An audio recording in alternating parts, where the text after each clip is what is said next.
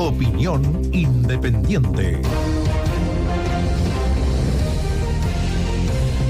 Han pasado varias cosas durante esta jornada de día viernes 1 de diciembre, parte el mes, el último mes del año, y obviamente los titulares no dejan a nadie indiferente respecto a varias cosas que están pasando. Uno de ellos es con las ISAPRES, vamos a estar revisando más adelante la importancia, más que obviamente hay menos de 3 millones de personas en general en el país que están en el sistema de ISAPRES, o sea, frente al resto son mucho menos, pero eso abre también o va a abrir una presión enorme al sistema de FONASA y al sistema cómo va a trabajar con las aseguradoras, porque resulta de que evidentemente la clase media que está en el sistema de ISAPRE ahora le va a salir más caro porque va a tener que contratar seguros complementarios o seguros directamente para ir al sistema privado. Y lo otro que hay es que lo que está pasando con varias ISAPRES, ¿no es cierto? Sí. Que tú tienes que pagar la totalidad y después pedir el reembolso. Y bueno, hay gente que no tiene esa capacidad, digamos, de pagar, digamos, la totalidad de la prestación y esperar, y puede demorarse, no sé, un mes el reembolso. No hay caja para eso. Eso uno.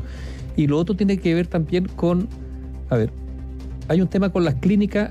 Están relacionadas las clínicas con la ISAPRE, lo están en más de una ocasión. Pero además, cuando tú tienes que una pata del sistema privado son las clínicas privadas y ellas están con la soga al cuello, ¿por qué? Porque el Estado no le está pagando las prestaciones, también hay que decirlo.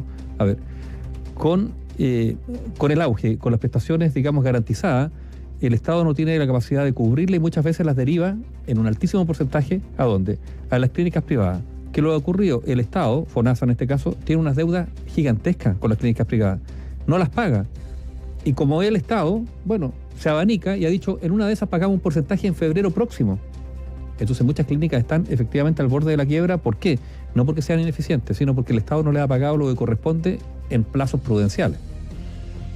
Y eso también hace temblar todo el sistema privado, claro. Pone una presión al sistema de salud privado. Y lo otro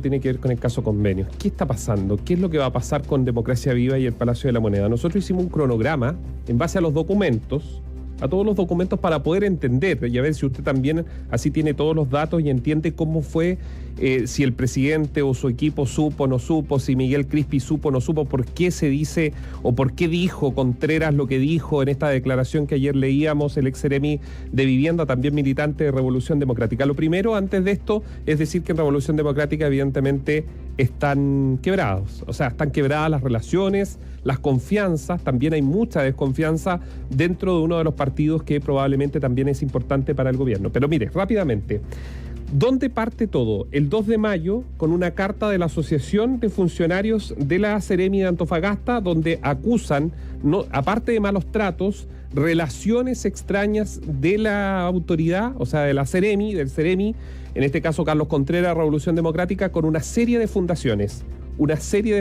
que habían recibido a dedo mucha plata en esa zona. El 2 de mayo, recién el 19 de mayo, y aquí estamos hablando en base a lo que está en la carpeta, pero también de cómo se ha ido investigando y los documentos que hay dentro del ministerio. El 19 de mayo, ese día, 19 de mayo, del 2 de mayo al 19 de mayo, pasa algo con esa denuncia. La subsecretaria Tatiana Rojas, la subsecretaria en ese entonces de Vivienda, pide a el departamento puntualmente de campamentos, donde está concentrado el asunto, que redacten un informe respecto a la denuncia hecha por los trabajadores en la región de Antofagasta. El 5 de junio, mire cómo vamos avanzando en las fechas, del 2 de mayo al 5 de junio, Ricardo Trincado, militante del Partido Socialista, hombre de confianza del ministro Montes, evacuó el informe el 5 de junio. Y en el informe, y esto es muy interesante, hace varios análisis, pero uno de ellos dice sobre la materia específica de eventuales conflictos de interés en la suscripción de convenios con la Fundación Democracia Viva, se recomienda solicitar un informe legal del área jurídica de la Seremi de Antofagasta. O sea, el asesor del ministro Montes consideró que ahí, sobre el conflicto de interés que el 2 de mayo estaban denunciando los funcionarios de la Seremi, había algo extraño y que se necesitaba focalizar y redactar un escrito desde el punto de vista jurídico. El 5 de junio. El asunto es que de ahí en adelante Miguel Crispi en la comisión dice que el 7 de junio él escuchó un rumor que le pasó, que alguien le dijo, oye, mira, pone atención con esto que está pasando en Antofagasta, pero solo un rumor, ningún documento. Él dice en la comisión 7 de junio.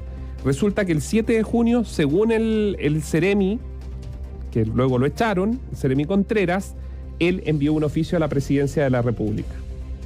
Ese sería el timing de las fechas. Y obviamente el 16 de junio, cuando Timeline de Antofagasta revela y hace público justamente toda esta investigación. A ver, mira. Supongamos lo siguiente. Supongamos que efectivamente hay papeles que se han extraviado, como dijo el ministro Monte ayer, aquí y en otras partes. Supongamos que llegaron correos que no se leyeron. O supongamos que llegaron correos que no fueron informados hacia arriba por parte de funcionarios. O sea, supongamos, por lo tanto, hay que suponerlo, o sea, si se extravían las cosas, si hay correos que llegan con información relevante y nos informan a las autoridades que están arriba, eso obviamente supone una negligencia funcionaria. Supongamos, por lo tanto, que hay negligencia funcionaria. Mira, si todo eso hubiese ocurrido, igual hay cosas que son ineludibles de asimilar. Uno. El gobierno está muy susceptible, ¿por qué? Porque ellos mismos han encargado, son las propias autoridades de gobierno que han hablado, con esos términos, han hablado de corrupción en Democracia Viva y han puesto a Democracia Viva como un ejemplo de corrupción. Esto no ha sido probado todavía por la justicia. Son las autoridades de gobierno que se han adelantado a decir, aquí hay hechos de corrupción vinculados a Democracia Viva. También esto hay que decirlo, es el propio gobierno que ha abierto esa puerta. Ahora, hay que seguir, porque aquí hay concatenaciones lógicas, y la lógica es la lógica. ¿Quién forma Democracia Viva? Militantes importantes de Revolución Democrática, que han sido cercanos a la cúpula de gobierno, que trabajaron con ellos a nivel parlamentario y que fueron designados en cargos relevantes, seremía, etcétera, etcétera. ¿Por qué? Bueno, porque tenían afinidad y cercanía política con altos funcionarios de gobierno, incluido el presidente de la República, ¿no es cierto? Entonces, el gobierno habla de corrupción, se refieren estos hechos de corrupción a una fundación integrada básicamente por exponentes relevantes de un partido de gobierno, Revolución Democrática, con cercanía con la máxima cúpula gubernamental. 1 más 1 es 2. Si el problema del gobierno, y es comprensible, están nerviosos, ¿por qué? Porque en algún momento podría, no estoy hablando en términos penales, porque el propio gobierno ha hablado de corrupción sin que no haya un fallo, ¿no es cierto?